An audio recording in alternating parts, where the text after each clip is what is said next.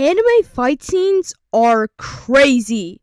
Characters get thrown through walls, dropped off buildings, and hit with attacks with names like Crimson Eternal Death Fist. Yet somehow, they just walk it off. But there's one injury that shows up pretty constantly, and nobody ever asks questions. It's the coughing up of blood.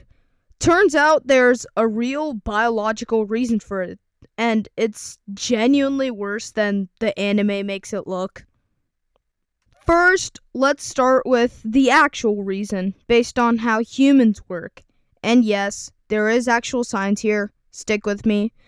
Most of the time when this happens, the person gets stabbed in the stomach. When they get stabbed, that usually means that there are injuries to the lungs or airways. Blood gets into said airways. Now, your airways are made for air, not blood. Hopefully that's obvious, but we don't judge here.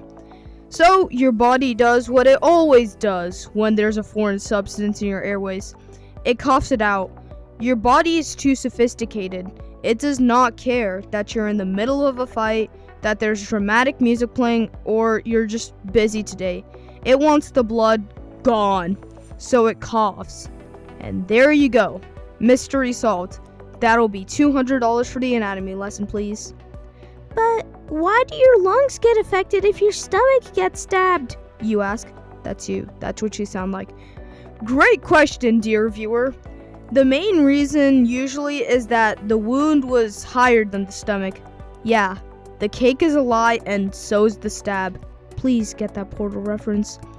A stab to the lower chest can puncture your diaphragm or hit your lungs. Blood floods into the airways, cough cough, dramatic collapse, end scene. The diaphragm is basically the wall between your chest and your abdomen, and it is not as sturdy as you'd hope it would be when someone's actively trying to stab through it.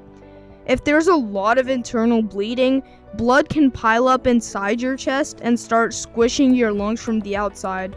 This is called a hemothorax, and if it's untreated, it can be fatal, which usually always has a pretty high chance of death.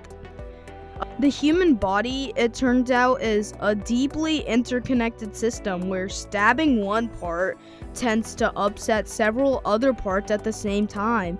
It's almost as if, and this is gonna shock you, it's almost as if it wasn't designed to be stabbed.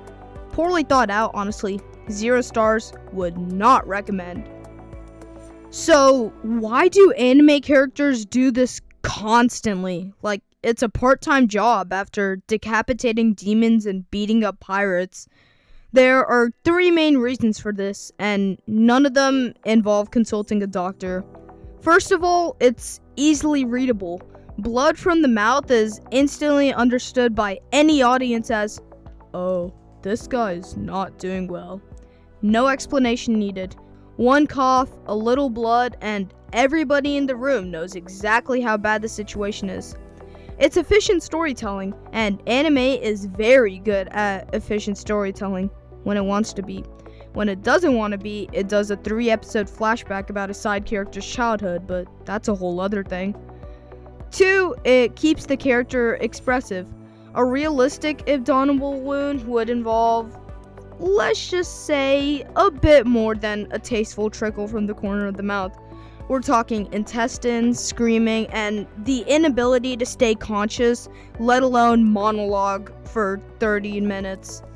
Coughing up blood lets the character keep their face intact, maintain intense eye contact with the enemy, and say something devastatingly meaningful before either dying or, more likely, getting back up and winning anyways. Realism would totally ruin the moment. Nobody wants to watch the character try to give a speech while dealing with the actual consequences of being stabbed. Save that stuff for Dr. Mike. The final reason is that it's literally engraved into their culture. In older Japanese drama and samurai films, coughing up blood was a well-established shorthand for this person's busy being injured and will probably be busy being dead soon too. It got baked into the culture, passed down through generations of storytelling, and then anime inherited it wholesale and then cranked it up to 11. The audience doesn't need an anatomy lesson.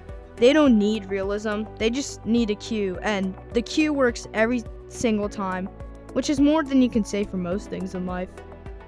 So basically, anime characters just spring a leak in their mouth every time they get poked anywhere near the torso. It's not biology, it's art. And if you found this video on human anatomy interesting, watch this video on how we figured out how to edit said human anatomy.